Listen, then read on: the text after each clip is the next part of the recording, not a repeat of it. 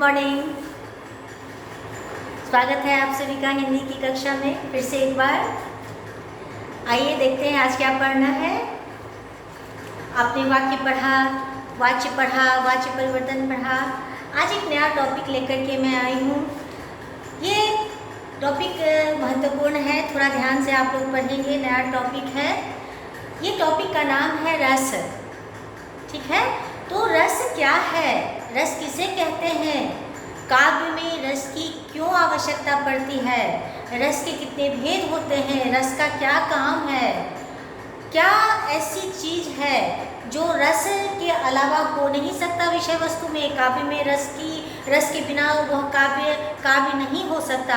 यही देखना है हमें कि आज रस में हमें क्या पढ़ना है। ठीक है, तो आइए देखते हैं कि रस किसे कहते हैं। तो बोर्ड पर मैंने लिखा है, उसको देखेंगे, आप लोग नोट कर लेंगे। पहले ध्यान से देखिए कि क्या कह रहा है, रस किसे कहते हैं।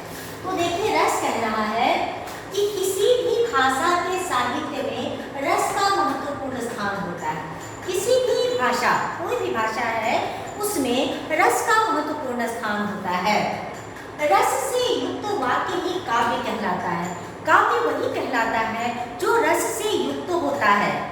उसके बाद देखिए, काव्य की रचना करने के लिए जिस प्रकार आवश्यक अवयवों जैसे छंद और अलंकार की जरूरत होती है, वैसे ही रस की भी आवश्यकता होती है। अब देखिए कि काव्य करने के लिए, काव्य को लिखने के लिए, काव्य को सुंदर बनाने के लिए जिस प्रकार हम छंद का उपयोग करते हैं, जिस प्रकार हम उसमें अलंकार का प्रयोग करते हैं, उसी प्रकार रस की भी जरूरत पड़ती है काव्य को सुंदर और खूबसूरत बनाने के लिए।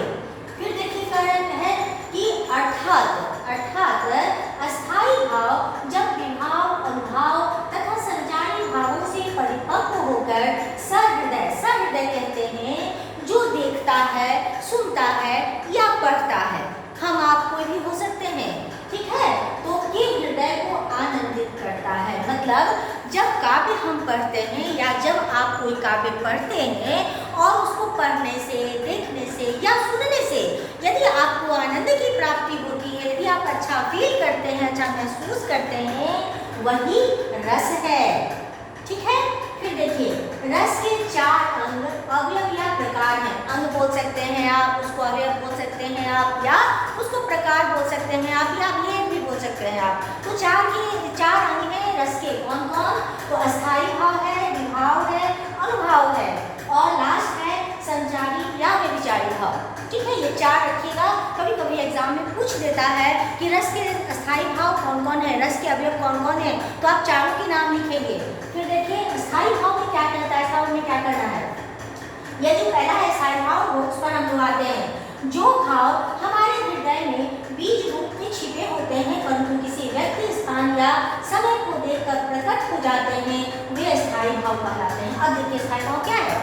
स्थायी भाव हर किसी व्यक्ति के हृदय में विराजमान होता है सुषुप्तावस्था में। वह पहले से ही रहता है, जो बाद में निकलता है किसी व्यक्ति को देखकर, किसी स्थान को देखकर, किसी समय को देखकर। अचानक से वह भाव जब प्रकट होता है हृदय का, वही अस्थायी भाव है। वह सबके हृदय में होता है लेकिन सुषुप्तावस्था में रहता है, छुपा हुआ रहता है। वो अस्थायी भाव कौन कौन होते हैं, वो देखिए। रति मतलब प्रेम, हास्य या हास्य, हंसना जिसको आप लोग बोलते हैं हास्य, वह शोक, उसके बाद क्रोध, उत्साह, भय, घृणा, ये सब अस्थायी भाव हैं जो मनुष्य के हृदय में विराजमान होते हैं पहले से ही। किसी को देख करके प्रेम की अधिकता हो जाती है, प्रेम का अतिरेक हो जाता है, किसी को देखकर घृणा का मन हो जाता है, किसी को देखकर क्रोध आ जाता है, किसी को देखते ही हंसी आ जाती है। यह सब अस्थायी भाव हैं जो अचानक से उद्भूत होते हैं, अचानक से हमारे हृदय से प्रकट होते हैं, जो हमारे हृदय में पहले से ही विराजमान होते हैं। ये अस्थायी भाव है। ठीक है, फिर आगे देखिए, अब कह रहा है क्या, दूसरा सेकेंड नंबर में ये विभाव क्या है। विभाव में है जिस व्यक्ति, वस्तु, स्थान एवं समय को देखकर स्थायी भाव जागृत होते हैं। जिस चीज को देखकर स्थायी भाव जो पहले हमने बताया, वह जो जागृत होता है, मतलब वह जो जीवित होता है, वह जो निकलता है, वही विभाव होता है, वही विभाव है। और इस विभाव के 2 भेद हैं, एक आलंबन, एक उद्दीपन। इस सेकेंड नंबर का जो विभाव है उसके 2 भेद हैं, आलंबन और उद्दीपन। और आलंबन क्या कर रहा है, किसी भी भाव के जागृत होने के लिए 2 पक्षों का होना अनिवार्य है। जब भी कोई भाव जागृत होता है हृदय का, मन का, आत्मा का, तो दो पक्षों का होना अनिवार्य है। दो बातें आवश्यक हैं, वो होंगी। कौन कौन दो पक्ष हैं? ये विषय और वस्तुएं हैं जिन पर आलंबित होकर भाव उत्पन्न होते हैं। ये दो विषय हैं जिन पर आलंबित होकर हमारे जो भाव हैं मन के, वो उत्पन्न होते हैं और वे आलंबन विभाव कहलाते हैं। और इसके भेद, आलंबन के ये दो कौन कौन है भेद? तो आश्रय है और विषय है। इनके दो भेद हैं कौन कौन? तो आश्रय है और विषय है। आश्रय क्या होता है? आश्रय देखिए, जिस पात्र के हृदय में भावों की उत्पत्ति होती है उसे आश्रय कहते हैं। जिस पात्र के हृदय में, अर्थात वो पात्र हम आप कोई भी हो सकते हैं। यदि हमारे मन में कोई भाव उत्पन्न हुआ तो, या आपके मन में कोई भाव उत्पन्न हुआ तो, कोई भी भाव, क्रोध, भय, घृणा, प्रेम, कुछ भी, यह जब भाव उत्पन्न होता है वह आश्रय कहलाता है। फिर विषय क्या होता है? वह देखिए विषय होता है जिसके प्रति भावों का परिवर्तन होता है उसे विषय कहते हैं। विषय मतलब सब्जेक्ट। तो जिसके प्रति भावों का परिवर्तन होता है, उत्पत्ति होती है। अब किसी चीज़ को हमने देखा, कोई अच्छी सी चीज़ हमने देखी, या किसी बच्चे को मैंने देखा, बहुत प्यारा बच्चा, उसको देख करके मन में भाव जागृत हुआ, बात चलेगा। वह भाव जो जागृत हुआ वह विषय है, ठीक है। तो यह विषय है। इन दो बातों का होना आवश्यक होता है। जब हमारे हृदय के अंदर कोई भाव की उत्पत्ति होनी होगी तो ये दो विषय आवश्यक ही आवश्यक हैं, ये अनिवार्य तत्व हैं। फिर देखिए कि सभी क्या कह रहा है? दूसरा, मतलब दूसरा में से कौन दूसरा? ये जो आलम्बन आपने पढ़ा, अब उद्दीपन पढ़िए। उद्दीपन यहाँ कह रहा है, उद्दीपन विभाव क्या है? तो आश्रय के मन में स्थायी भाव तीव्र करने वाले विषय की बाहरी चेष्टाओं और बाहरी वातावरण को उद्दीपन कहते हैं। अब देखिए आलम्बन तो आपने पढ़ लिया कि वो अंदर के भाव हैं, लेकिन उद्दीपन क्या है? उद्दीपन है कि जो बाहरी चेष्टाओं से हमारे मन के अंदर भाव उत्पन्न होता है। बाहरी वातावरण को देखकर जब हमारे मन के अंदर कोई भाव उत्पन्न होता है, जब हम कुछ देख नहीं रहे और अचानक से कुछ देखते हैं, जैसे कहीं युद्ध हमने देखा, कोई कटु बातें हमने सुनी, कोई अच्छा सा प्रसंग हमने देखा, तो मन में जो भाव उत्पन्न होता है, जो बाहरी चीज़ों को देखकर उत्पन्न होता है, वही क्या है? ये उद्दीपन है। जैसे उदाहरण में आप लोग आगे पढ़ेंगे, अभी आप लोगों ने नहीं पढ़ा होगा या पढ़ा भी होगा अगर, तो समझ लेंगे आप कि आपकी जो पाठ्य पुस्तक है, टेक्स्ट बुक, उसमें राम लक्ष्मण परशुराम संवाद दिया हुआ है। उसमें राम और लक्ष्मण परशुराम संवाद में जो परशुराम और लक्ष्मण का जो संवाद होता है, वह उस संवाद में जब लक्ष्मण कटु वचन बोलते हैं परशुराम को, कठोर वचन का प्रयोग करते हैं परशुराम के लिए, तो उनकी कठोर बातें सुनकर परशुराम को जो क्रोध आता है अचानक से, और उसको सुनकर के जो लोगों के मन में विचार उत्पन्न होते हैं, वही क्या है? आपका उद्दीपन विभाव है। यह बाहरी चीज़ों को देख करके मन में जो भाव जगते हैं वही उद्दीपन विभाव है, ठीक है। अब देखिए अनुभव, थर्ड नंबर में आइए अनुभव। अनुभव कहता है आश्रय की शारीरिक चेष्टाओं को अनुभव कहा जाता है। आश्रय बताओ आप और आप, हमारी शारीरिक चेष्टाएं, आपकी जो शारीरिक चेष्टाएं, चेष्टाएं मतलब कोई काम करना, कोई एक्टिविटीज़ करनी, शरीर की एक्टिविटी करनी, वह अनुभव होता है। अनुभव क्या है? ये चार तरह के होते हैं, इनके चार प्रकार हैं। कौन कौन? तो सात्विक हैं, ठीक है। सात्विक के बाद कौन कौन सा दे रहा है मैं आपको बता देती हूँ। कायिक है, ठीक है, हाँ दिया है, आप देखिए, सात्विक है, कायिक है, मानसिक है और आहार्य है, ठीक है। तो सात्विक है, सात्विक में देखिए क्या कर, इसके चार हैं, अनुभव के चार तरह के प्रकार हैं। तो सात्विक हो गया, सात्विक में क्या होगा? तो देखिए, शरीर की स्वाभाविक क्रियाएं जब भाव को जागृत करती हैं तब वो सात्विक कहलाती हैं। शरीर की स्वाभाविक क्रियाएं जब भाव को जागृत करती हैं, जब जो हमारे शरीर की शारीरिक क्रियाएं हैं ऑलरेडी जो पहले से हैं, दया, प्रेम, भाव, शोक, हास्य, ये सब जो क्रियाएं हैं वह जब जागृत होती हैं तो वह सात्विक कहलाती है, ठीक है। कैसे? तो जैसे इसके 8 प्रकार हैं, 8 तरह से यह अपने आप को पेश करती है। कैसे?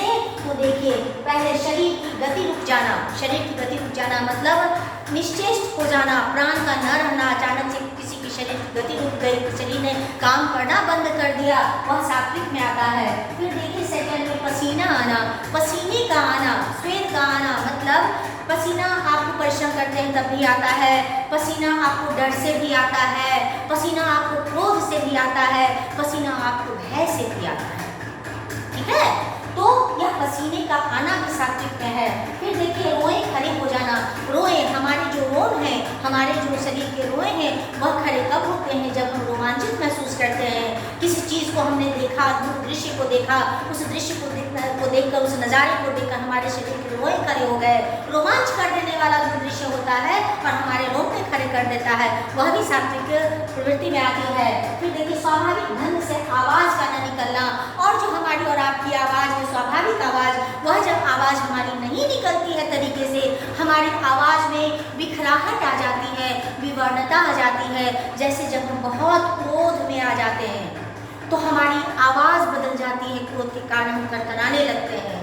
जब हमें बहुत हंसी आती है, हम उस अवस्था में ठीक से बोल पाने की स्थिति में नहीं रहते हैं। जब हमें बहुत रोना आता है, जब हम हिचक हिचक कर रोते हैं, उस वक्त भी हम बहुत अच्छे से बोलने की स्थिति में नहीं रहते हैं, और यदि बोलना पड़ा उस वक्त तो आपकी आवाज़ बदल जाती है उस वक्त, वह भी सात्विक प्रवृत्ति में आता है। फिर देखिए शरीर का कांपना, आपका शरीर कांप रहा है, भय से ही कांप रहा है, या किसी कोई ऐसी घटना घट गई है जिसकी वजह से आप कांपने लगे हो, तो घबराहट में कांप रहे हो, किसी के भय से कांप रहे हो, किसी ने आपको मारा है तब आप कांप रहे हो, बहुत तरह की बातें होती हैं जीवन में। और जब आपका शरीर कांपने लगे, यह भी सात्विक प्रवृत्ति में आती है, और यह अनुभव का यह विषय है। फिर देखिए चेहरे का रंग बदलना, हमारे चेहरे का भी रंग बदलता है। यह रंग कब बदलेगा? जब हम भयग्रस्त होते हैं, किसी चीज़ को देखकर भयग्रस्त हो गए कि बाप रे अब क्या होगा, उस वक्त हमारे चेहरे का स्वाभाविक रंग नहीं रहता, वह उड़ जाता है चेहरे का रंग। या कोई गलती अगर भूले से हमसे हो गई, आपसे हो गई, और पकड़ाने का डर हो गया कि अब तो बस पैंट पकड़ ही लेंगी हमें, तो आपके चेहरे का रंग उस वक्त उड़ जाएगा। आपने घर में कोई गलत काम किया, आपके माता पिता आपको पकड़ने की स्थिति में है, उस वक्त आपके चेहरे का रंग उड़ जाएगा। चेहरे का रंग उड़ना मतलब जो आपका चेहरा का रंग है वह वास्तविक रूप में न रहना, उसका उड़ जाना, यह अनुभव के विषय में आता है।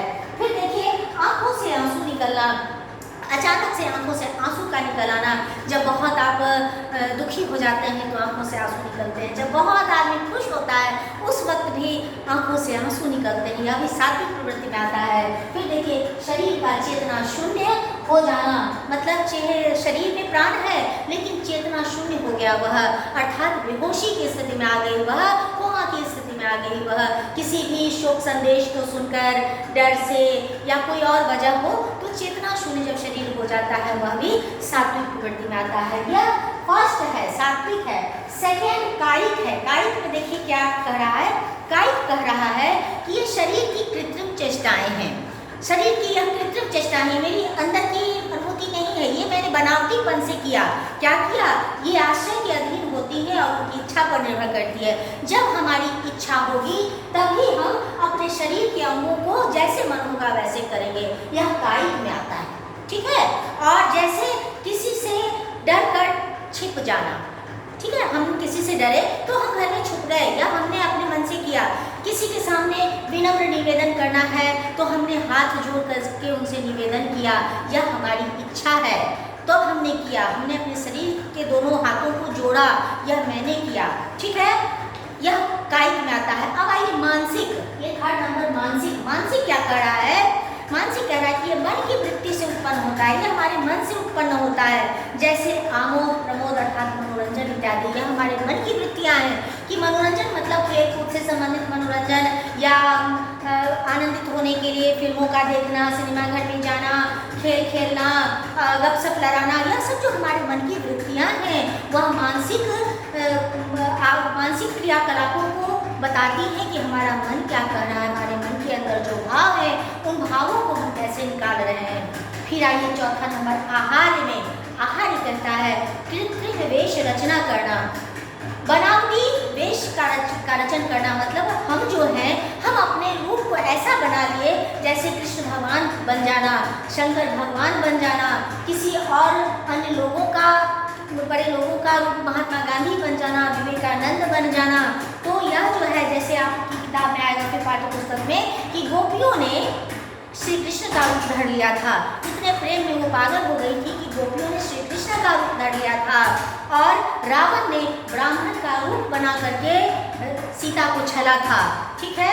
इस तरह से रूप बदलने को कहते हैं आहार्य, ठीक है। एक काम कहा, उसके बाद आपका आता है चौथा नंबर संचारी भाव, यानी तीसरा आप अनुभव पढ़े ना, अब चौथा नंबर आप संचारी भाव में आइए। संचारी क्या कहता है वो आप देखिए, लिख लीजिएगा। आपको मैं लिख देती हूँ, आप लिख लीजिएगा। संचारी भाव है, एक मिनट, संचारी भाव में देखिए क्या कहता है। चौथा नंबर में आइए, संचारी भाव। ये संचारी भाव क्या कहता है? संचारी भाव कहता है जो भाव आश्रय के मन में, जो भाव आश्रय के मन में उत्पन्न होते हैं, जो भाव आश्रय के मन में उत्पन्न होते हैं उन्हें संचारी कहा जाता है। संचारी कहा जाता है, ठीक है। और यह जो भाव होते हैं, यह भाव क्षणिक होता है, यह भाव क्षणिक होता है। ये अपने आप शांत हो जाते हैं, ये अपने आप शांत हो जाते हैं, जैसे शंका या संदेह का। देख लीजिए, इसको देखा आपने, क्या देखा कि चौथा नंबर भाव, चौथा नंबर संचारी भाव है, जो रस का भेद है।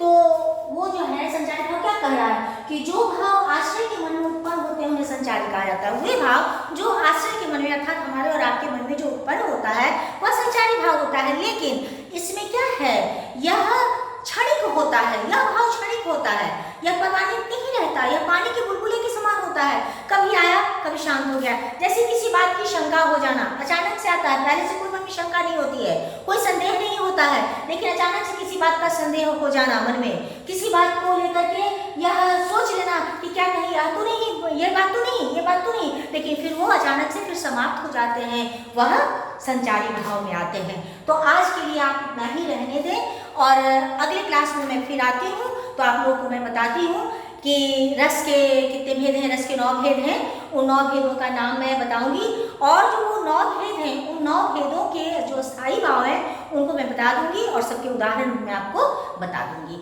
तो अगले क्लास के लिए, तब तक के लिए आप रहने दीजिए इतना तक, और इसको नोट कर लेंगे, ठीक से पढ़ेंगे, समझेंगे, और फिर अगले क्लास में तो मैं आ ही रही हूँ, फिर कोई परेशानी तो होगी नहीं। Bye, thanks.